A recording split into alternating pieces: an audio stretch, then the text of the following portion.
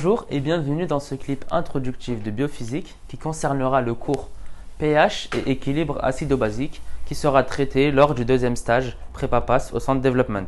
Dans ce cours, nous allons essentiellement traiter de la notion du logarithme décimal. Logarithme décimal est la fonction réciproque de la puissance de 10.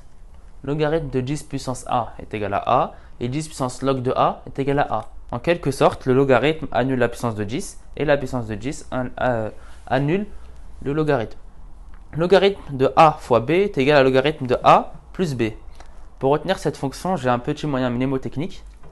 Le fois, le signe fois, lorsqu'on le retourne un peu, donne le signe plus. Pareil pour ici. Logarithme de a divisé par b est égal à logarithme de a moins logarithme de b. La barre de division représente en quelque sorte le moins. C'est ma manière de retenir. Puis nous avons le logarithme de a puissance n est égal à n fois logarithme de a.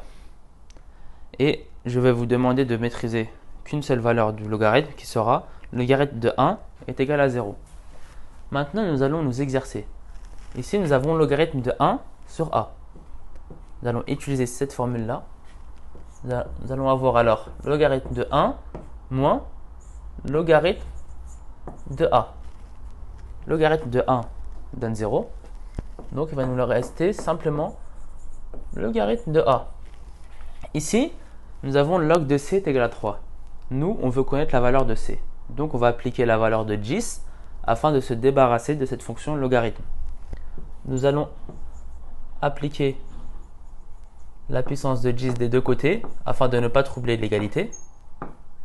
Ce qui nous donne ici 10 puissance log de c est égal à 10 puissance 3.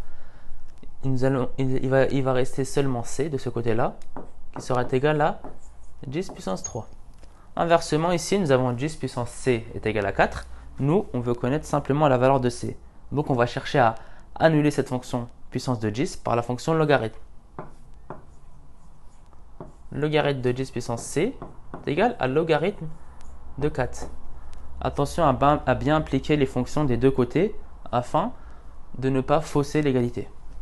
Ici, il va nous rester alors c de ce côté qui est égal à logarithme de 4. On peut aussi écrire logarithme de 4, logarithme de 2 puissance 2 qui est égal à, en utilisant cette formule-là, 2 logarithme de 2. Nous allons poursuivre l'application de ces fonctions du logarithme décimal. Ici, nous avons logarithme de 10 puissance 10 fois logarithme de 10 puissance moins 5. Attention à ne pas confondre cette formule et appliquer celle-là. Ici, nous avons bien un fois et pas un plus. Ici, nous allons simplement appliquer les fonctions qu'on connaît. Logarithme de 10 puissance 10 est égal à 10. Logarithme de 10 puissance moins 5 est égal à moins 5. Ce qui nous donne au final moins 50. Okay. Ici, nous allons utiliser cette formule-là parce qu'on peut voir que les deux sont un multiple de 3. Logarithme de a moins logarithme de b est égal à logarithme de a sur logarithme de b. Ici, nous avons ce qui va nous donner logarithme de 100 qui est égal à logarithme de 10 puissance 2 qui est égal alors à 2. Ici, nous avons une plus grande opération. Le problème ici est qu'on ne connaît pas les différents logarithmes, car on connaît seulement le logarithme de 1. Ainsi, nous allons appliquer cette formule-là et celle-là, qui va nous donner logarithme de 40 fois 80, car ici nous avons un plus entre les deux logarithmes, divisé par 32. Le 32 se retrouve au dénominateur parce qu'il y a un moins devant. Ici, nous pouvons voir qu'il y a plusieurs multiples de 4. Nous allons décomposer le calcul. 4 fois 10 fois 8 fois 10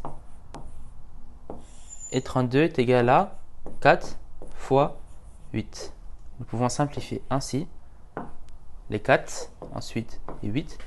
Il va nous rester logarithme de 10 puissance 2 qui est égal à 2.